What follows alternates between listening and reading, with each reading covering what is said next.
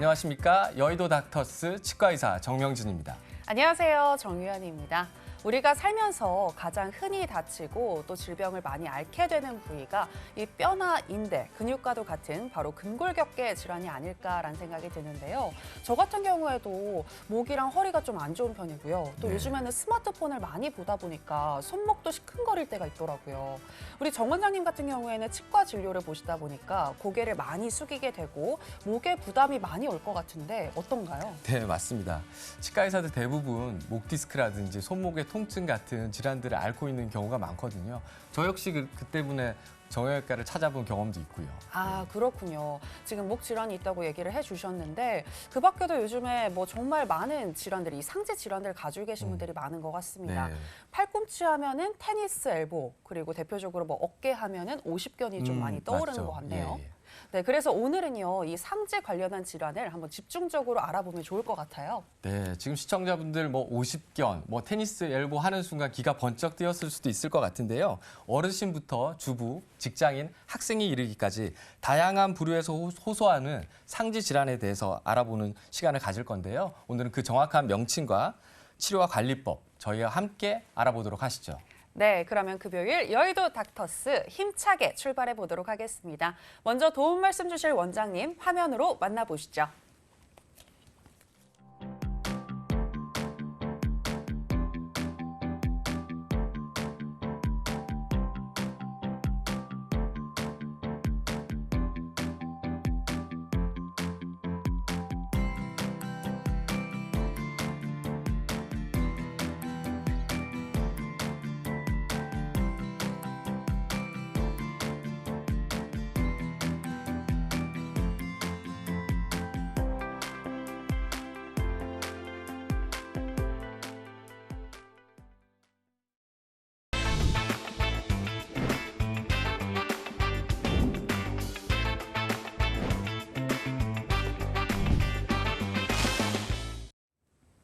네, 정형외과 전문의 전상호 원장님 나와주셨습니다. 어서 오세요. 어서 오세요. 네, 안녕하세요. 네. 네, 나와주셔서 고맙습니다. 우리 원장님께서는 이 가벼운 통증부터 또 수술까지 정말 다양한 부류의 환자분들을 많이 만나실 것 같은데요. 최근 한 5, 6년 정도로 범위를 잡아봤을 때 이 질환별로 유병률의 변화가 있을까요? 5, 6년 전이면 뭐 핸드폰을 이미 많이 사용하고 있을 때이기 때문에 네. 핸드폰 사용이 이제 증가하면서 생기는 이제 엄지손가락 관련된 그런 질환들은 기본적으로 있었던 것 같고요. 네. 최근에는 조금 스포츠 이제 관련해서 운동이 유행처럼 했다가 또 안 하고 이런 경향들이 있다 보니까 작년까지는 이제 골프 관련 손상이 아주 많았었고요. 올해 같은 경우는 보면 이제 테니스 붐이 일면서 테니스 관련된 질환들이 많아진 것 같습니다. 확실히 이 상지 질환을 앓고 계신 분들이 많은 것 같네요. 네, 제 주변에도 뭐 골프, 테니스 갑자기 시작하셔가지고 아프다고 하시는 분들 종종 얘기 듣거든요. 그럼 이제 상지 질환에 대해서 이제 본격적으로 이제 알아보는 시간을 가져볼 건데요. 네. 우선 차근차근 한번 가보죠. 목부터 한번 알아보면 좋을 것 같은데요. 보건의료 빅데이터에 따르면 경추 질환이 나이가 들수록 그리고 남성보다는 여성의 유병률이 높게 나타났다고 하더라고요. 특히 40대에서 60대 연령층에서 뚜렷한 증가가 보이고 있는데요. 흔히 팔이 저리거나 통증이 있으면 목 디스크를 의심해 본다고 하잖아요. 이런 증상이 가장 정확한 시그널이라고 할 수 있을까요, 원장님? 네. 목 디스크가 있을 때 이제 팔이 저린 거는 사실이긴 하지만 생각보다는 이제 그 원인이 목 디스크 자체가 아닌 경우가 상당히 많습니다. 그래서 생각보다는 목으로 내려가는 신경들이 그 상단 부위에서 이제 근육이 눌리게 되면서 흔히 이제 상완 신경총이라고 하는 부분이 눌리면서 팔이 저리거나 하는 문제들이 좀 더 많기 때문에 네. 실질적으로 디스크를 진단을 하려면 MRI나 이제 정확한 전문가의 소견이 있어야 진단할 수 있고 생각보다는 많지는 않습니다. 네. 그렇군요. 팔이 저리다고 해서 무조건 디스크는 아니다라고 이야기를 해주셨는데요. 정확한 진단이 필요한 것 같습니다. 자, 그렇다면 이 팔이 좀 저린 거 외에 목 디스크가 왔을 때 유독 불편함이 생길 수 있는 그런 증상이 있을까요? 특히 최초에는 날개뼈 안쪽이 뭔가 이제 불편하면서 팔로 이제 뻐근한 증상이 내려가는 경우가 많고요. 특히 이제 중요한 것은 디스크일 경우에는 팔의 특정한 부위만 이렇게 방사통이 생기는 경우가 많고 네. 목 자체 근육이 문제일 때는 팔이 전체적으로 다 저린 경우가 좀 더 많은 것 같습니다. 그러니까 전체적으로 팔이 저리면은 방사통이다. 네네, 맞습니다. 그렇게 얘기를 해주셨네요. 그리고 또 이 근막 통증 증후군이다. 뭐 이런 이야기도 있던데 이건 뭔가요? 근막 통증 증후군 같은 경우는 이제 근육이 단단하게 수축을 해 있는 상황이라고 생각을 하시면 되는데요. 네. 이제 그러면은 이제 근육 자체가 상당히 섬유화되면서 이게 수축만 하고 있는 상황이 되는 거예요. 그래서 갖가지 뭐 마사지도 좋으시고 아니면 뭐 따뜻한 찜도 좋으시고 근육을 이제 이완할 수 있는 방법으로 만들어주는 방향이 이제 치료 방법이 되겠습니다. 그렇군요. 근육이 딱딱하게 뭉치면서 이 신경을 누르는 게 바로 근막 통증 증후군이다라고 이야기를 해주셨고요. 또 앞서서 방사통을 잠깐 언급을 해주셨는데 이게 뭐 사각근에 문제가 있어서 방사통이 오는 건가요? 사각근이라는 근육은 목 옆을 지지하고 있는 이제 근육이 되는데요. 네, 승모근과 관련이 있나요? 승모근이 보통 먼저 긴장을 하고 그 이후에 사각근이 긴장하는 경우가 상당히 많고요. 사각근은 목 옆을 지지하는 근육이라고 생각을 하시면 되는데 네. 그 근육 사이로 팔로 가는 신경들이 내려가면서 이제 지나가기 때문에 그 근육이 이제 긴장을 하면은 이제 팔로 방사통이 내려가는 경우가 상당히 이제 실제 임상에서는 많이 볼 수 있는 부분이 되겠습니다. 그렇군요. 그러니까 이 견갑 부위에 통증이 있다면 앞서 얘기를 해주신 근막 통증 증후군이나 아니면 방사통을 좀 의심을 해볼 수 있을 것 같다라는 생각이 드는데 자 그렇다면 이 막상 통증의 원인을 밝혔을 때 근막 통증 증후군하고 방사통 중에 어디가 더 많은 편인가요? 아까 말씀드린 바와 같이 이제 디스크보다는 사실 이제 근육 자체의 문제 때문에 이제 근막 통증 증후군도 있고 이제 사각근의 긴장도 있고 그런 다른 이제 근육 문제가 훨씬 더 많은 편입니다. 그렇군요. 아까 목이 좀 안 좋으시다고 하셨으니까 네네네. 갑자기 궁금해지는데 우리 정 원장님 같은 경우에는 여러 방사통을 봤을 때 좀 해당 사항이 있으실까요? 이거 뭐 제 경험 중에 하나인데요. 저도 이제 뭐 진료하다가 이제 손을 많이 쓰다 보니까 팔꿈치랑 어깨가 이제 저림 증상이 있어서 정형외과를 한번 찾아간 적이 있어요. 네. 원장님이 저 보시자마자 팔에 엑스레이를 찍는 게 아니라 경추 엑스레이를 먼저 찍으시더라고요. 그래서 여쭤보니까 치과 의사라면 100%다 이렇게 말씀하시면서 목 네. 디스크를 먼저 의심을 하셨는데 다행히 목 디스크는 아니었어요. 다행이네요. 다행히 이제 뭐 어깨랑 이제 팔꿈치 이제 근육통이었는데 자 그러면 이제 목 디스크 목에 대해서 이제 알아봤으니까 네. 다음은 이제 어깨로 한번 내려가 보시죠. 네. 예. 팔과 몸통을 연결하는 어깨 아무래도 팔을 쓰는 일이 많고 또 어깨는 인체 관절 중에서 가동 범위가 가장 넓다고 하잖아요. 유일하게 360도를 회전할 수 있는 이 관절이기도 하고요. 저는 흔히 그 50견이 이제 먼저 떠오르는데요. 어깨 질환도 다양할 것 같거든요. 네. 그럼 저희가 주목해봐야 할 어깨 질환에는 어떤 것들이 있을까요, 원장님? 기본적으로 어깨 질환은 50견이나 그리고 말씀하신 50견 그리고 뭐 석회성 힘줄염 그리고 회전근개 충돌 증후군 그리고 회전근개 파열 정도를 나눠볼 수가 있는데요. 네. 아까 말씀하신 50견 같은 경우는 그냥 이유 없이 오는 경우도 있지만 보통 다른 질환의 이제 합병증처럼 오는 경우가 많은데요. 그거는 차차 이제 설명을 드리도록 하겠습니다.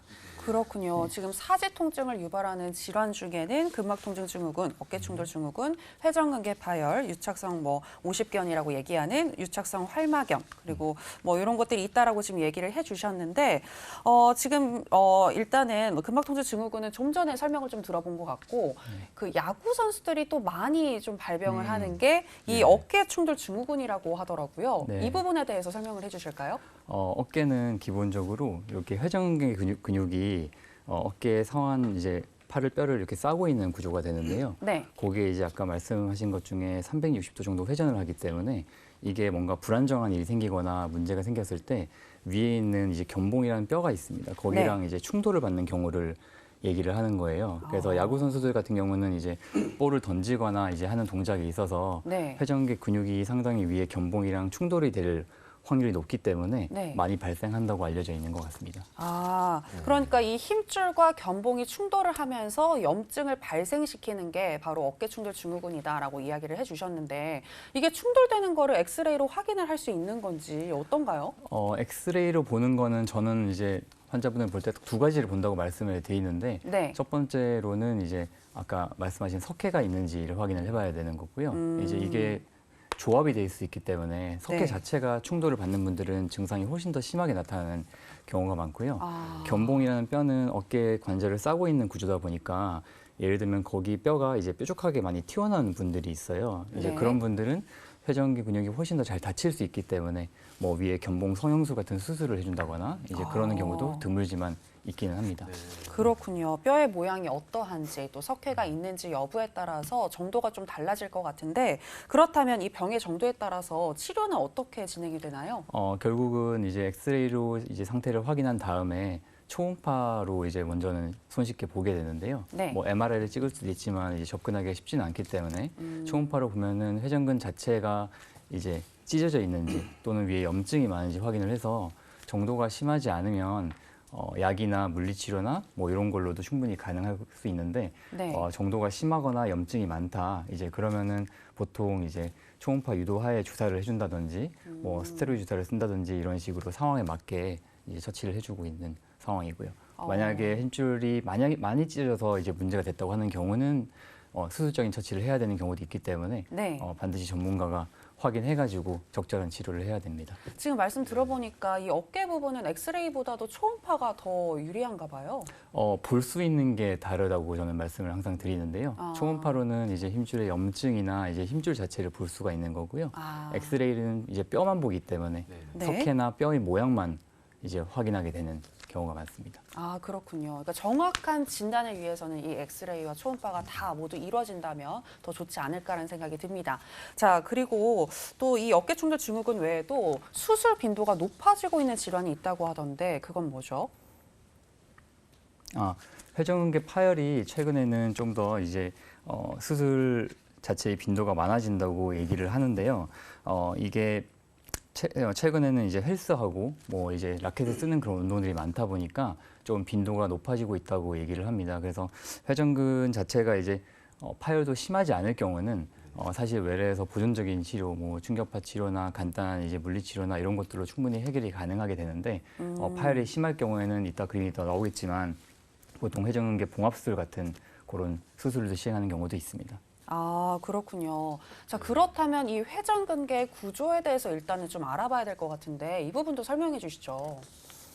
회전근 자체는 어깨를 이제 극상근, 극하근, 그리고 소원근, 견갑하근 이렇게 네 가지가 이제 어깨를 싸고 있는 구조라고 말씀을 드리고요.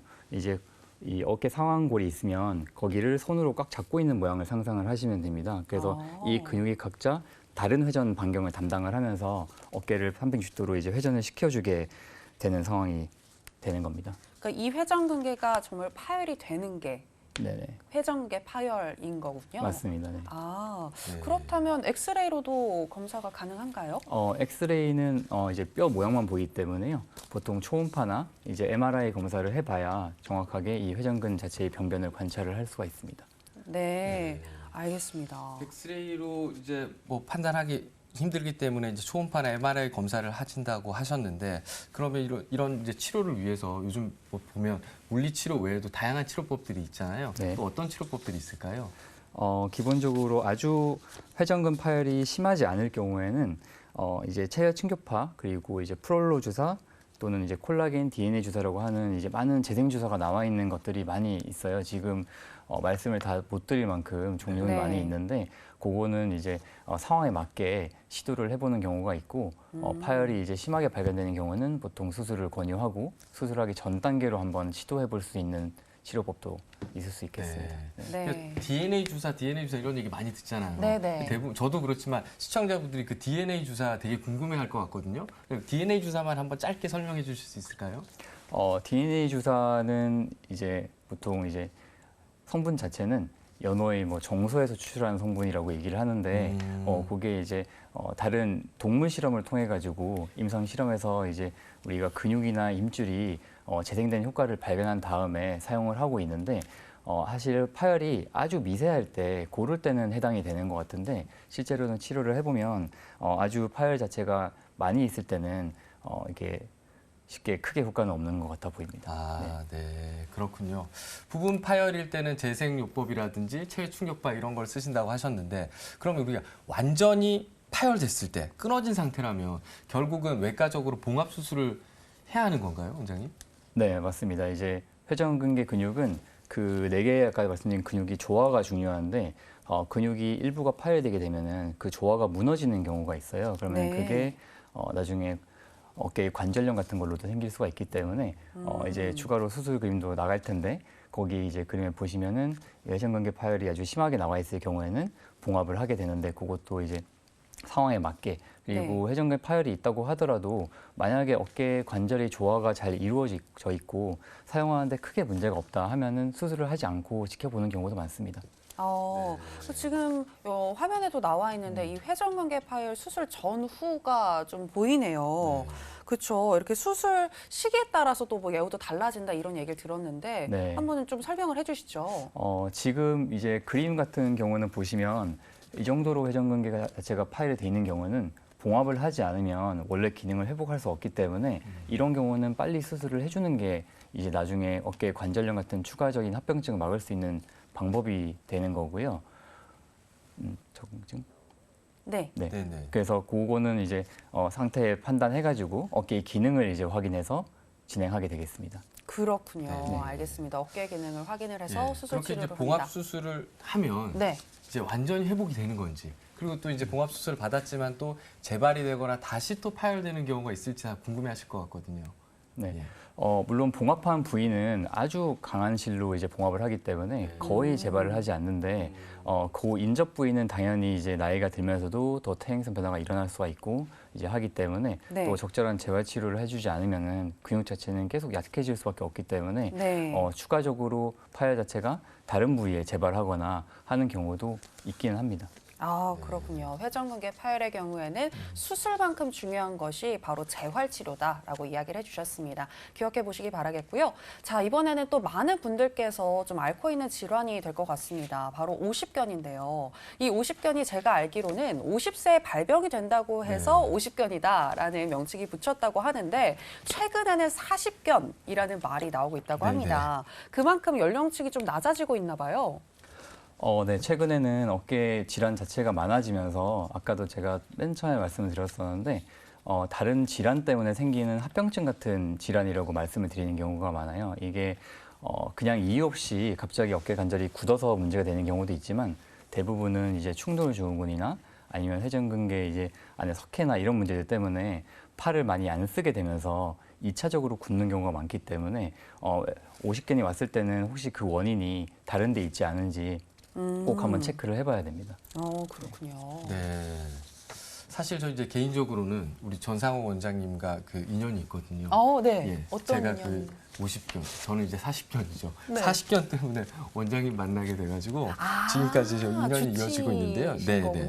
예, 50견은 그 앞에서 살펴본 그 회전근개 파열이나 어깨 충돌 증후군과는 또 어떻게 다른지 또 궁금하거든요. 그리고 또 어떤 부위에 발생하는지 어떻게 발생하는지 좀 설명 부탁드리겠습니다.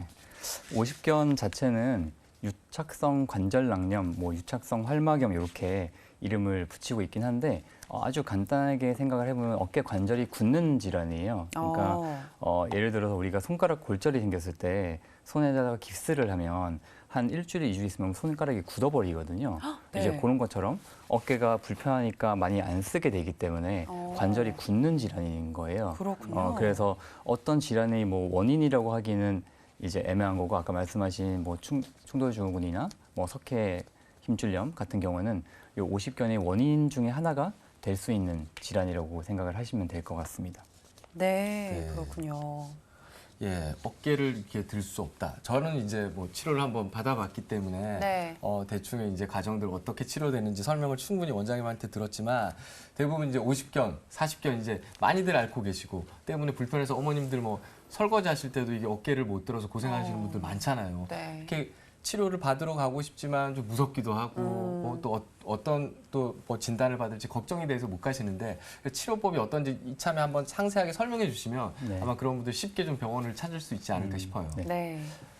일단 어깨가 올라가지 않는다고 하면 이것을 제가 이제 관절이 굳어서 그런 건지 아니면 정말 힘이 안 들어서 그런 건지 혹은 팔에 마비가 있어서 그런 건지를 진찰로 이제 구분을 하게 되고요. 만약에 어깨 관절이 지금 50견을 설명하고 있는 중이니까 관절이 굳어 있다고 하면은 그거를 일으킬 만한 그런 원인이 있었는지 먼저 찾아보게 됩니다. 그래서 일단은 어깨 관절이 굳어 있는 거를 풀어줘야 되기 때문에 네. 관절 각도가 경미하게 안 나오는 경우는 뭐 약물이나 물리치료 같은 것 정도로 해결을 할 수가 있고 만약에 관절이 간도가 너무 안 나온다는 판단이 되면은 어깨에다가 이제 수압팽창술이라고 하는 그런 시술을 진행하는데 그거는 관절 안쪽에다가 저희가 이제 물을 많이 이제 집어넣는 거예요. 약물이랑 같이. 그래가지고 좁아져 있는 그 관절낭을 이렇게 이제 벌려주게 되는 시술을 하게 되고요. 네. 시술을 한 다음에는 이제 운동이나 뭐 도수치료 또는 뭐 이제 개인적인 운동을 통해 가지고 관절 각도를 회복을 해주게 돼요. 관절 각도가 회복이 됐을 때 만약에 이분이 아무런 원인이 없이 갑자기 그냥 관절이 굳어 있다고 하면 그 다음 후속 조치는 필요하지 않지만 네. 만약에 이게 석회나 아니면 뭐 충돌 증후 같은 것 때문에 생겼다고 판단이 될 때는 그 원인적인 치료까지 같이 진행을 하게 됩니다. 그렇군요. 증상이 경미한 경우에는 뭐 물리치료나 도수치료가 동반이 되고 이게 조금 더 심한 경우에는 수압팽창술과 같은 수술이 필요하다라고 이야기를 해주셨습니다. 자, 그런데 이 50견은 일상생활이 힘들 정도로 너무나도 아프다 보니까 아예 움직이지 않으시는 분들도 참 많은 것 같습니다. 그렇다 보면 더 굳게 되지 않을까라는 생각이 드는데 어떤가요? 네, 맞습니다. 그래서 기본적으로는 어깨 관절이 굳을 때는 아파도 참고 최대한 움직여주라는 말씀을 많이 드리는데, 네. 제가 이제 아주 설명드리는 부분들은 이제 수술법도 있어요. 이제 뭐 예를 들어서 환자를 마취를 시켜놓고 환자를 이제 팔을 수동적으로 이제 사람들이 꺾는 거죠. 이제 그걸 브리즈망 수술이라고 부르기도 하는데 네. 그런 게 있을 정도로 아파도 참고 많이 움직여 주셔서 관절이 더 굳지 않도록 해주는 게 중요합니다. 그렇군요. 아픈데도 이렇게 움직여야 된다고 생각하니까 네. 되게 이제 걱정을 많이 하실 것 맞습니다. 같은데 네. 이제 뭐 저도 이제 곧 이제 50이 다 돼가지만 이제 시청자분들이 이제 그러면 어떻게 하면 나는 50견에 안 걸릴 수 있을까? 어떻게 준비를 해야 될까? 궁금해하실 것 같아요. 네. 예방할 수 있는 운동법이라든지 뭐 방법이 있을까요, 원장님? 평소에 스트레칭 많이 해주시면 좋고요. 그리고 아주 초기에 어깨가 조금 이제 올릴 때 뭔가 걸리는 느낌이 있거나 불편한 느낌이 있으면 가만히 있으면 낫겠지 하지 마시고 초반에는 간단한 물리치료나 이제 약물치료로 충분히 이제 해결이 가능하니까 네. 초기에 병원을 찾아주셔서 해결을 해주시는 게 더 어깨 관절이 굳어서 나중에 혹시라도 수술까지도 가지 않는 이제 방지책이 될 수 있다고 생각을 합니다. 예. 네. 네. 생각해 보면 이제 통증이 생기면 1차적으로 내가 이거 좀 쓰면 안 되겠다. 움직이면 안 되겠다 생각하시잖아요. 네. 그럼 이게 50견인지 근육통인지 이런 걸 아마 일반인들이 구분하기가 힘들죠. 힘들 것 같아요. 네. 그래서 원장님이 말씀하신 것처럼 아마 이렇게 병원을 찾아서 전문가와 아마 상의하시는 게 좋다라는 말씀인 것 같아요. 네. 자, 그러면 어깨 질환 이제 마지막으로 석회성 건염. 아까 석회에 대해서 말씀을 많이 해주셨거든요. 네. 병원에서 엑스레이 찍었더니 뭐 어깨가 석회가 있다더라. 이런 얘기 이제 많이 들어보셨잖아요. 저는 네. 많이 들어봤는데 아까 뭐 초음파도 얘기하시고 엑스레이도 얘기하셨지만 간단하게 이제 설명드리면 이제 엑스레이는 사실은 단단한 우리 이제 뼈라든지를 볼 수 있는 거고 네. 초음파라든지 MRI는 이제 연 조직들을 보는 이 장비들이거든요. 네. 그런 부분도 한번 곁들여서 한번 그 석회에 대해서 한번 말씀해 주시죠. 맞습니다. 제가 정명지 원장님이 잠깐 치과 의사라는 걸 제가 깜빡하고 있었는데 네. 그 석회는 아까 엑스레이 자꾸 물어보셔가지고 네. 엑스레이 찍을 때 항상 석회를 체크를 하게 돼 있습니다. 근골격계는 모두 석회가 다 생길 수가 있기 때문에 그게 모든 질환의 원인이 될 수 있어서 확인을 하는 편이고 석회성 건염 같은 경우는 이제 회전근 자체에 석회가 생기는 질환인데 이 석회 자체가 이제 어깨는 위에 견봉이랑 뼈랑 충돌을 일으키면서 그쪽에 염증이 많이 발생을 하게 되는 이제 질환이 됩니다. 그래서 엑스레이를 찍어보면은 이제 석회를 쉽게 알 수가 있고 보통 이제 석회를 치료할 때는 이게 생각보다 통증이 아주 이제 극심하게 나타나기 때문에 이제 이 치료를 하기 위해서는 보통은 이제 초음파 같은 걸 확인해서 그 석회 주변에 염증 조직이 많은지 또는 이제 석회 때문에도 자꾸 어깨가 충돌을 받으면서 회전근개 파열 같은 게 일어날 수가 있기 때문에 그런 것도 동반해서 같이 한번 체크를 해보게 됩니다. 물론 이제 MRI를 찍으면은 뼈도 보이고 이제 연무적도 같이 보이기 때문에 좋을 수 있는데 네. 사실 이제 금방금방 접근하기에는 뭐 비용적이나 시간적이나 많이 들기 때문에 보통은 엑스레이랑 초음파를 보면은 웬만한 질환들은 좀 더 확인할 수 있는 편입니다. 네. 그렇군요. 엑스레이랑 초음파를 통해서 이 석회성 건염을 판단할 수 있다라고 이야기를 해주셨는데 제 주변에도 석회성 건염 때문에 고생하시는 분이 계셨는데 그분 같은 경우에는 체외 충격파 치료를 하시더라고요. 근데 그게 너무 아프대요. 너무 아파요. 아, 받아보셨어요? 받아보셨나요? 아, 받아봤거든요. 네. 정말 너무 아픈데요. 네네. 또 하고 나면 또 이게 풀어져요. 그래요? 그래서 이게 아. 저 아프면 가야지 하는데 이게 또 그 통증이 생각이 나니까 아. 참다 결국은 가긴 하거든요. 네네. 근데 받고 나면 너무 시원해서 이게 어. 또 중독되는 그런 느낌이 있더라고요. 네. 지금 이렇게 얘기를 들어봐서는 뭔가 체외 충격파 치료가 도움이 확실히 되는 것 같은데 어떤가요? 체외 충격파 치료는 이제 석회에 도움이 된다고 알려져 있는데 네. 사람들이 이미지를 떠올렸을 때 일단은 석회 자체가 석회라는 우리나라 말 자체가 돌 아닌가요? 단단한 돌을 생각하게 네. 되거든요. 그래서 충격을 줘서 깬다고 생각을 하시는데 네. 실제로는 이제 얘를 보면은 치약 같은 물렁물렁한 조직이에요. 그래서 아. 충격파를 가하면 음파를 가하면서 네. 이 치약 같은 이 조직에 혈류가 잘 들어가면서 보통 몸에서 흡수를 시키는 원리로 가게 되다 보니까 네. 충격파 치료는 되게 얇은 조직에 되면은 당연히 불편할 수 있는데 최근에 이제 논문 같은 걸 보면은 강도가 세지 않아도 정확한 위치에다가 이제 치료를 해주면 네. 많이 회복된다고 하기 때문에 저 같은 경우는 이제 많이 불편하시는 분들은 조금 강도를 낮춰가지고 위치를 체크해서 이제 그 위치에다가 약한 강도로 하시면 크게 불편하지 않을 수 있고 충격파 치료를 하면서 염증 자체가 조직이 확 생기는 경우도 있기 때문에 네. 그걸 사전에 예방하기 위해서 석회 조직 주변에다가 마취 주사나 이제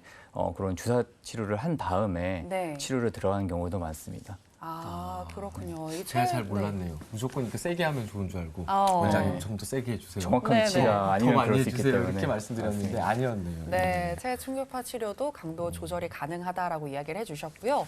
그리고 아까 얘기를 하셨는데 그 돌이 아니라 약간 물렁물렁한 조직이라고 하셨잖아요. 네네. 그렇다면 이 관절 내시경을 통해서 그 부분을 제거하면 되지 않을까라는 생각이 드는데 어떤가요? 네, 맞습니다. 그래서 그런 보존적인 치료들을 했을 때 회복이 잘 안 되거나 또는 이제 아주 조금 굵은 바늘 같은 걸로 요거는 바부티지법이라고 하는데 이제 그 석회를 빼내주는 방법도 있기는 하세요. 이제 근데 그런 것도 실패를 하게 될 경우에는 우리가 이제 관절 내시경으로 통해서 석회를 이제 제거하는 경우가 있는데 네. 그렇게 할 경우에는 부작용이 사실 회전근개 근육 안쪽에 생기기 때문에 회전 근육을 약간 째고 들어가야 되다 보니까 네. 또 회전근을 회복하는 데 시간이 걸리고 하다 보니까 정 안 되면 선택하는 방법이라고 생각을 하시면 되겠습니다. 너무 심한 경우에 선택하는 방법이다. 맞습니다. 네. 네, 부작용은 살짝 동반할 수 있다라고 이야기를 네네. 해주셨네요. 네네. 알겠습니다. 지금 석회성 건염에 대해서 치료법 알아봤는데요. 체외 충격파와 그다음에 관절 내시경을 통해서 석회를 제거하는 방법이 있다라고 이야기를 해주셨고요. 자, 그러면 이번에는 팔 쪽으로 좀 내려와서 이 팔꿈치와 또 손목에 발생하는 질환도 한번 알아보도록 하겠습니다.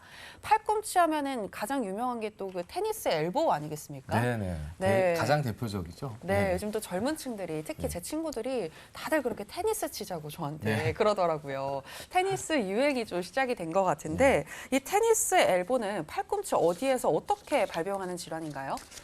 테니스 엘보는 이제 손목을 우리가 위로 올려주는 힘줄이 이제 팔꿈치 바깥쪽에서 시작을 하게 돼 있어요. 네. 근데 그 이제 힘줄 자체가 상완골 뼈에 붙는 부착 부위가 살짝 손상이 되는 질환이라고 생각을 하시면 돼요. 그래서 요즘에는 이제 골프 엘보라는 말도 많이 들어보셨을 텐데 네네. 사실 그 두 질환이 거의 비슷한 질환입니다. 그 골프 엘보는 안쪽에 있는 힘줄이 문제가 되는 거고요.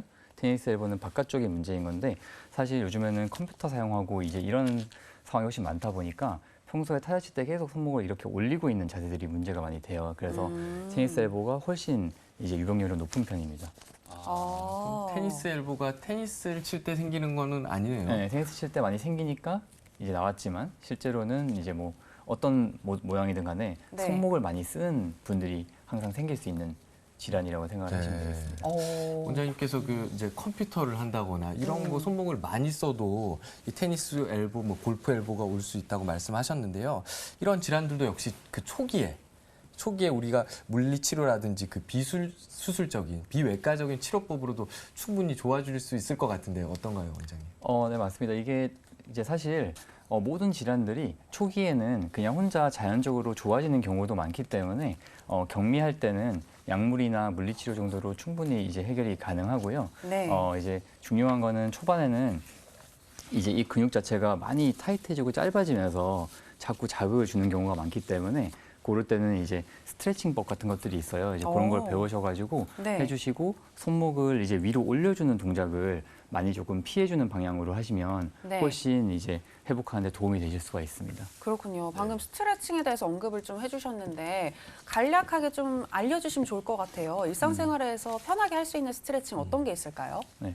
팔 이렇게 쭉 뻗으셔가지고요. 네. 손목으을 올려주는 힘줄이 문제가 되는 거기 때문에 네. 그 반대로 내려주시는 거예요. 여기를 아. 힘을 쭉 푸시고 쭉 이렇게 손목을 당겨주시는 쪽으로 해주시면 네. 손목 팔꿈치 바깥쪽에 이렇게 힘줄이 네. 이완되는 걸 느끼실 수가 있는데 당기는 네. 이 정도면 충분하시고 네. 만약에 안쪽이 불편하시다면 반대로 뒤집어서 이렇게 당겨주시면 안쪽이 당겨지실 거예요. 네, 그래서 이런 거 그렇네요. 해주셔도 엄청 초반에는 많이 당긴다. 도움이 되실 거고 네. 운동을 하기 전이나 이제 특히 테니스나 골프 같은 손목을 많이 쓰는 운동을 하시는 분들은 네. 운동하기 전에 항상 이렇게 스트레칭하고 네. 진행해 주시면 좀 도움이 되실 수 있을 것 저는 이제 같습니다. 매일 자주 네. 생각날 때마다 해야 되겠네요. 네, 그렇습니다. 무엇보다 중요한 거는 위쪽으로 올리는 건 별로 안 좋고 아래쪽으로 아래. 스트레칭을 하는 게 좋다라고 이야기를 해주셨으니까 그 부분 생각을 하시면 좋을 것 같고요. 그리고 또 테니스 엘보를 치료하는 비수술적인 치료 방법이 있다고 하던데 어떤 게 있을까요?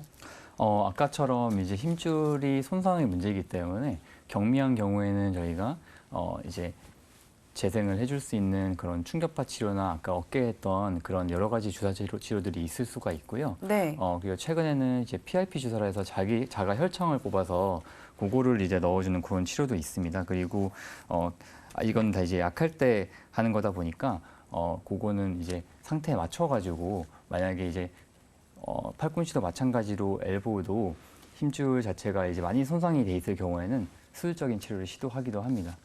아, 수술적인 치료를 시도를 하기도 한다고요? 네, 아주 심할 때는 그렇게 하기도 하는데 네네. 아까 이제 자막에 나왔던 것처럼 이제 그런 물리치료나 우리가 충격파 치료 그리고 아까 말씀드렸던 DNA 주사 같은 것들을 다 진행해가지고 그렇게 먼저 진행을 해보고 네. 그래도 회복이 정 안 되거나 하면은 다른 이제 수술적인 치료를 시도하는 경우도 있습니다. 그렇군요. 네. 수술 치료로 가기 전에 비수술 치료는 한 번쯤은 시도를 해보는 게 좋지 않을까라는 생각이 들고요. 자, 그리고 팔꿈치 주변으로 생길 수 있는 질환 또 어떤 게 있을까요? 팔꿈치 주변 쪽으로는 아까 말씀드렸던 이제 골프 엘보 잠깐 말씀드렸지만 그 두 질환은 거의 비슷한 질환이기 때문에 더 언급할 필요는 없을 것 같고요.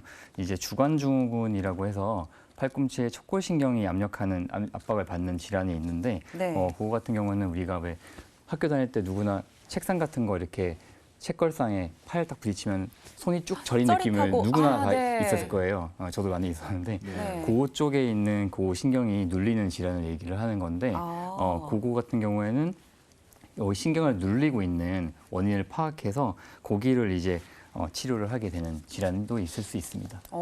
신경이 눌리는 곳을 알아낸다라고 하셨는데 방법이 있나요? 어떻게 알 수 있죠? 보통 네. 이제 여러 가지 영상 검사를 동원하기도 하고요.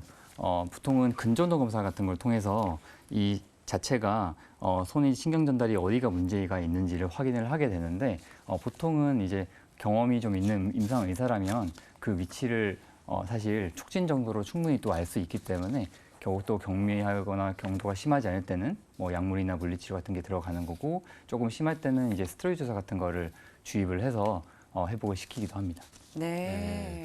주간 증후군을 개인적으로 이제 일반인들이 알 수 있는 그런 증상들이 있을까요?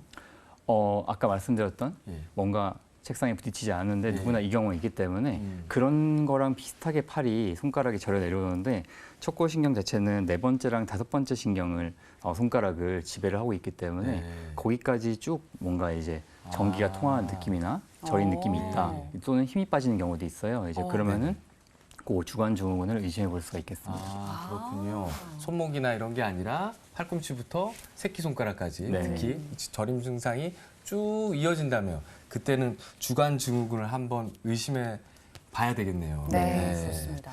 예, 지금까지 저희가 이제 그 목에서부터 시작해서 어깨, 팔꿈치까지 이제 내려온 것 같은데요. 다음은 이제 손목으로 한번 내려가 볼까요? 네, 손목. 네. 제 주변에는 뭐 저뿐만 아니라 손목이 아파서 고생하시는 분들 되게 많거든요. 손목이 아프면 이제 그런 얘기 들어보셔서 손목 터널 증후군. 보통 그 네. 임산부들도 네. 이 아기 많이 안고 하시다가 손목이 아프다고 이 터널 증후군을 호소하시는 분들이 많다고 하더라고요. 대표적인 이 손목의 어떤 통증 증상들은 어떤 거 있을까요? 아까 말씀드렸던 주간증후군 같은 경우에는 손가락 아까 네 번째 손가락을 이제 반으로 나눠서 여기서 바깥쪽으로 문제가 생기는 경우를 얘기를 하는 거고요. 네. 손목 터널 증후군은 이 네 번째 손가락 기준으로 안쪽에 문제가 생기는 걸 얘기를 하는 거예요. 그래서 신경이 척골신경이 아니라 정중신경이라고 하는 가운데 지나가는 그 신경이 눌리는 걸 얘기를 하는데 네. 그림에도 보시면은 여기 횡수근인대라고 하는 인대가 있고 거기가 이제 비호가 되거나 하면서 이 터널, 손목 터널 자체를 압박하는 질환이라고 생각을 하시면 되겠습니다. 그렇군요. 증상을 통해서 그럼 이거는 병명을 확실히 알 수 있는 거네요. 맞습니다. 그래서 첫 번째, 두 번째, 세 번째 손가락이 아프다고 하시는 분들은 손목 터널 증후군이 아닌가 의심을 하시는 상황으로 보는 거고요. 네. 네 번째나 다섯 번째가 불편하다고 하시는 분들은 아까 말씀드린 주간 증후군이나 또 네. 이제 여기서 다 말씀드리긴 힘들긴 한데 손목 터널 증후군 말고 가이언스 터널 증후군이라서 네. 손목에서 이제 척골신경이 지나가는 쪽이 압박을 받는 경우도 있어요. 네. 그래서 이제 손가락이 아픈 위치를 통해서 그런 질환들을 의심을 하고 거기에 맞게 이제 진단을 위해서 검사를 해보게 되겠습니다. 네. 손목 터널 증후군과 가이언스 증후군의 차이를 이제 알아야 되겠네요. 그렇죠. 네네. 네. 자가 진단법이 뭔가 있을 것 같아요. 네네. 손목 터널 증후군을 이렇게 스스로 이렇게 인지할 수 있는 방법이 있을까요? 가장 쉽게는 지금도 해보시면 팔렌 검사라고 해서요. 손을 이렇게 압박을 해서 저희가 기다려 보시면 보통 한 1분 정도 이렇게 네. 기다려 1분. 보시는 거예요. 그러면은 예. 이렇게 내려가다 보니까 손목이 이제 그 신경이 통과하는 부위가 좁아지게 되겠죠. 그래서 네. 거기가 이제 압박을 받는 경우가 되는데 네. 지금은 괜찮으시니까 아마 네. 문제가 없겠지만 실제로 네. 환자분들은 이렇게 하고 계시면은 원래 아팠던 그 증상이 유발된다고 말씀하시는 경우가 많습니다. 유연하지 않은 분은 여기까지 꺾기도 힘들지 않을까 맞습니다. 싶은데요. 그래서 이제 뭐 다른 검사도 있는데 네. 손 자체를 저희가 외래에서 볼 때는 간단하게 그 정중신경이 지나가는 자체를 손으로 쭉 압박을 시켜보는 경우도 있어요. 근데 사실 이게 일반인들은 어디가 정중에 지나가는지 모르기 때문에 좀 정확하지 않은 경우가 있어서 네. 제가 지금은 따로 말씀을 드리진 않았습니다. 그렇군요. 네. 또 가이언스 터널 증후군도 자가로 혹시 진단할 수 있을까요? 가연성 증후군은 사실 자가로 진단하기는 조금 어려울 수가 있는데 네. 그것도 마찬가지로 정확한 위치를 누를 수만 있다면 그 이제 척골신경 자체를 누르면 문제가 되긴 하는데 보통은 이제 요거는 사이클리스트 이제 팔시라 그래서 자전거 많이 타시는 분들 자전거 핸들이 보통 닿는 부위가 그 척골신경이 지나가는 위치예요. 그래서 거기가 자꾸 눌렸을 때 뭔가 통증이 있다 하면 요 질환을 의심해 볼 수 있겠습니다. 네. 지금 말씀해주신 이제 손목 터널 증후군이라든지 가이언스 가이언스? 터널 증후군 같은 어렵죠. 발음도 어렵네요. 가이언스 터널 네. 증후군 같은 경우에도 아마 지금 말씀하신 것처럼 뭐 체충격파라든지 뭐 여러 가지 이제 재생 치료법들을 쓸 것 같은데요. 좀 더 구체적으로 이런 것들을 어떻게 치료하는지 좀 설명 좀 부탁드리겠습니다. 초기에 심하지 않을 때는 마찬가지로 진통 소염제 같은 거 복용하게 되고요. 네. 증상이 심할 때는 이제 신경 부종들을 내려주는 그런 신경약들을 쓰는 경우도 있고요.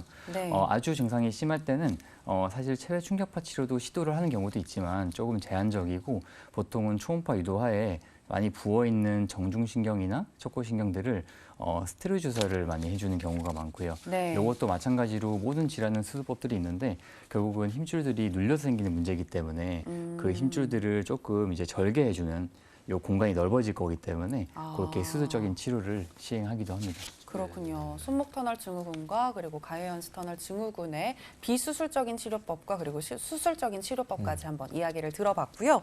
자, 그리고 또 손목에 발생하는 또 다른 질환이 있다라고 들었습니다. 이 손목 관련해서는 다 좀 발음이 어려운 것 같아요. 네네. 이 질환 이름은 득헤르뱅시병? 득헤르뱅. 네, 저는 처음 들어보거든요. 이건 네네. 뭐죠? 실제로 많이 요즘에 핸드폰을 많이 쓰시면서 유병률이 네. 많이 증가를 해 있는데 득겔뱅이라고 하는 스위스의 이제 의사가 자기 이름을 이제 붙여놓은 질환이에요. 그래서 요거는 엄지손가락을 움직일 때 문제가 많이 생기는 질환이게 되는데 다른 손가락들은 우리가 굽히고 펴는 역할만 하는데 엄지는 이제 돌리고 맞잡고 이런 다른 기능이 있다 보니까 이제 손목 부위에서 힘줄이 교차하는 부위가 해부학적으로 생길 수밖에 없어요. 근데 이 부위가 너무 마찰이 많이 일어나거나 사용량이 많아지게 되면서 네. 염증이 이제 발생해서 통증을 유발하는 질환이 되겠습니다. 그렇군요. 그리고 이게 득회르뱅시병이 손목 건초염. 네, 맞죠? 맞습니다. 같은 네, 말입니다. 네. 같은 말인 네네. 아, 거고. 그러니까 알겠네요. 네, 손목 건초염은 저는 들어봤거든요. 저는 경험자거든요. 아, 진짜요? 예. 경험이 또 있으세요? 예, 예. 은근히 이 근골격계 관련한 맞네요. 제가 경험이 많으신 것 오늘 같은데. 진행을 참 잘하게 된 것 같습니다. 예. 네. 아, 그렇다면 우리 선생님께 여쭤보고 싶습니다. 네. 좀 기억에 남는 환자분이 있는지, 어떻게 치료하셨는지 이 부분도 알려주시죠. 득회르뱅시병 같은 경우는 워낙 외래에서 흔하게 접할 수 있는 이제 부분이 되는데 이제 기억에 남는다기보다는 이게 스테로이드 주사를 하면 아주 증상이 드라마틱하게 좋아지는 경우가 많아요. 그런데 이제 그 주사를 너무 이제 많이 맞고 다니셔가지고 이게 스테로이드는 많이 들어가면 피부색도 변색이 되고 특히 힘줄이 약해지면서 이제 이게 끊어지는 경우도 생기게 되기 때문에 네. 사실 조금 좋은 경험을 말씀을 못 드려서 그렇긴 한데 이제 저희가 보다 보니까 이제 너무 딴 데서 주사를 많이 맞으셔가지고 힘줄이 끊어져서 그거를 이제 있는 수술 같은 걸 하는 그런 경우를 많이 봤기 때문에 주사 치료를 할 때는 조금 가급적 조심해서 어쨌건 진행을 해주셔야 될 것 같습니다. 주사 치료를 많이 받으면 끊어질 수도 있는 거예요? 네, 맞습니다. 힘줄이 이제 약해지고 그리고 특히 이제 많이 볼 수 있는 거는 주사 맞은 다음에 그 주사 맞은 부위가 변색이 되는 경우가 많아요. 네. 이제 네. 그게 보통 스테로이드 주사의 부작용이라고 하는데 뭐 한두 번 해서는 그런 일이 많지는 않겠지만 너무 많이 이제 남용을 하게 되면 그런 경우가 있기 때문에 조금 주의를 해주시는 게 좋겠습니다. 스테로이드에 대한 부작용들을 걱정들 많이 하시잖아요. 네. 그래서 저희도 약을 쓸 때 스테로이드를 처방할 때는 이게 단계 줄여서 쓰는 뭐 테이퍼링법을 쓰기도 하고 이런 방법들을 쓰는데요. 스테로이드 주사는 뭐 다들 알고 계실 테니까 이제 그러면 스테로이드 외에 다른 또 치료법이 있을까요, 원장님? 아주 심하지 않을 때는 마찬가지로 이제 물리치료나 약 같은 이제 소염제 같은 그런 처방을 하게 되고요. 네. 여기도 마찬가지로 증상이 심하지 않을 때는 저희가 뭐 체외 충격파 요법도 사용해 볼 수 있고요.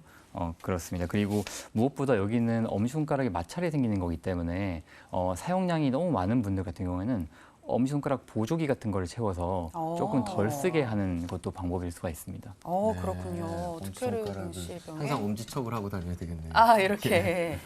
이게 확실히 효과가 있을까요? 엄지척이 효과가 있다기보다는 엄지손가락을 덜 쓰게. 아. 우리가 제가 이제 농담삼아 예. 진료실에 얘기하는 거는 누워서 핸드폰 보는 자세 그런 것들이 이제 여기는 많이 자극을 준다고 보통 보기 때문에 그쵸. 아무래도 이제 이런 그런 식으로 보게 자세를 되니까. 좀 네. 덜하게 말씀을 드리는 편입니다. 네. 알겠습니다. 엄지를 많이 안 쓰는 게 득회르뱅시병을 예방할 수 있는 방법이다라고 이야기를 해주셨고요. 저희가 지금 인체 상지 부분, 이 어깨와 팔, 팔꿈치 그리고 지금 손목까지 이야기를 나눠봤는데 이제 가장 상지의 말단 부분인 이 손가락에 대해서 한번 이야기를 나눠보도록 하겠습니다. 손가락 관련해가지고 또 어떤 질환이 있을까요?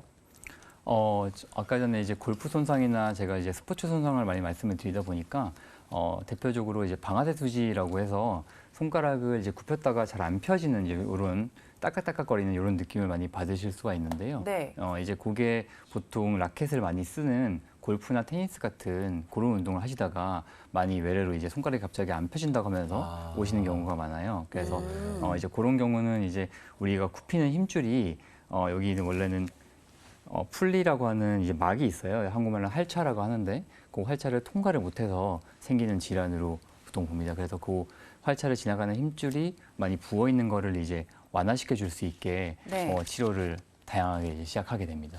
이것도 뭐 마찬가지로 증상을 일단은 들어보고 그에 알맞은 엑스레이와 뭐 초음파를 통해서 판단을 하게 되나요? 네네네 맞습니다. 근데 엑스레이로는 이제 볼 수 있는 게 좀 한정적이고요. 네.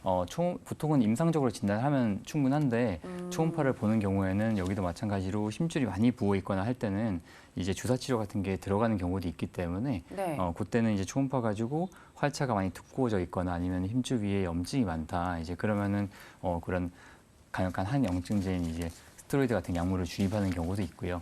그리고 그런 걸로도 회복이 안 될 경우에는 이제 활차를 이제 좀 잘라주는 수술을 이제 진행하는 경우도 있고요. 그렇습니다. 네. 지금 그러니까 이 치료법에 대해서 얘기를 해주시는 것 같은데. 뭐 이렇게 손가락을 쓰시는 분들이 많잖아요. 말씀해 주셨다시피 뭐 운동을 많이 하시거나 그럼 일의 특성상 이렇게 손을 꽉 쥐거나 뭐 걸레를 짜는 이런 것도 마찬가지고 그 네. 집에서 일하시는 주부분들. 어머님들도 많이 네. 겪으시잖아요. 근데 그런 증상을 좀 예방하거나 아니면 집에서 간단하게 좀 풀 수 있는 또 방법이 있을까요? 손가락 자체를 많이 쥐어서 문제가 된다고 보기 때문에 네. 보통은 뒤쪽으로 이렇게 스트레칭을 많이 알려드리긴 해요. 반대쪽 스트레칭. 네네, 반대쪽 스트레칭을. 근데 이제 이거 자체는 어쨌든 기본적으로 이 자체가 너무 악력을 많이 가하거나 또는 이제 우리가 손에 보면은 우리 헬스 같은 거 많이 하시는 분들 보면 여기 이제 굳은살 배가 있는 분들이 있어요. 이제 그렇게 여기 자체가 압박을 많이 가는 거를 좀 줄여줄 수 있는 방법들이 있으면 그런 방법들을 쓰시면 좀 더 예방을 할 수 있는 질환이라고 볼 수 있겠습니다. 네. 손가락, 목에서부터 시작해서 이제 어깨, 팔, 이제 손가락까지 저희가 알아봤는데 원장님께서 이제 그동안 이제 그 진료를 쭉 하시면서 이 여러 환자분들을 많이 만나보셨을 거 아니에요. 그러면서 이제 이 말씀해 주실 만한 기억에 남는 환자분들이 꼭 있을 것 같아요. 혹시 꼭 정 원장님 아니신가요? 기억이 남고요. 뭐 상지에 관련된 부분이 아니더라도 환자분들 보면서 기억에 남는 환자분 에피소드 한번 말씀해 주시죠. 저는 글쎄요, 개인적으로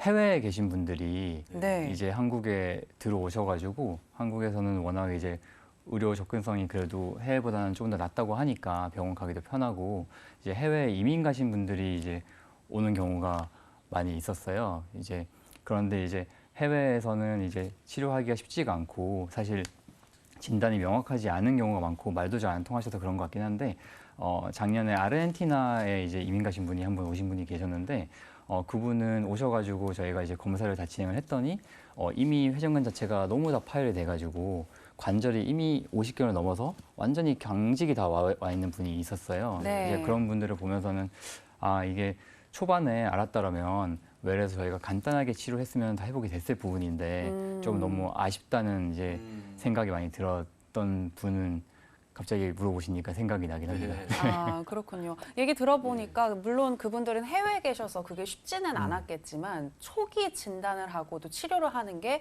매우 중요한 것 같습니다. 네. 우리 혹시 시청하고 계신 시청자분들 중에서도 이 상제 질환을 가지고 계시다면 뭐 특히 50견 같은 경우에 네네. 뭐 내가 나이가 들어서 그냥 오는 병인가 보다 하고 그냥 넘어가지 마시고요. 빨리 초기에 병원에 가셔서 한번 진단과 그리고 치료를 해보시는 게 좋을 것 같습니다. 자, 이렇게 해서 오늘 여의도 닥터스에서는 여러 가지 상제 질환의 종류와 증상, 그리고 감별법, 그리고 정형외과적인 치료법까지 한번 알아봤는데요. 좋은 말씀 해주셔서 대단히 고맙습니다. 네, 감사합니다. 감사합니다. 네.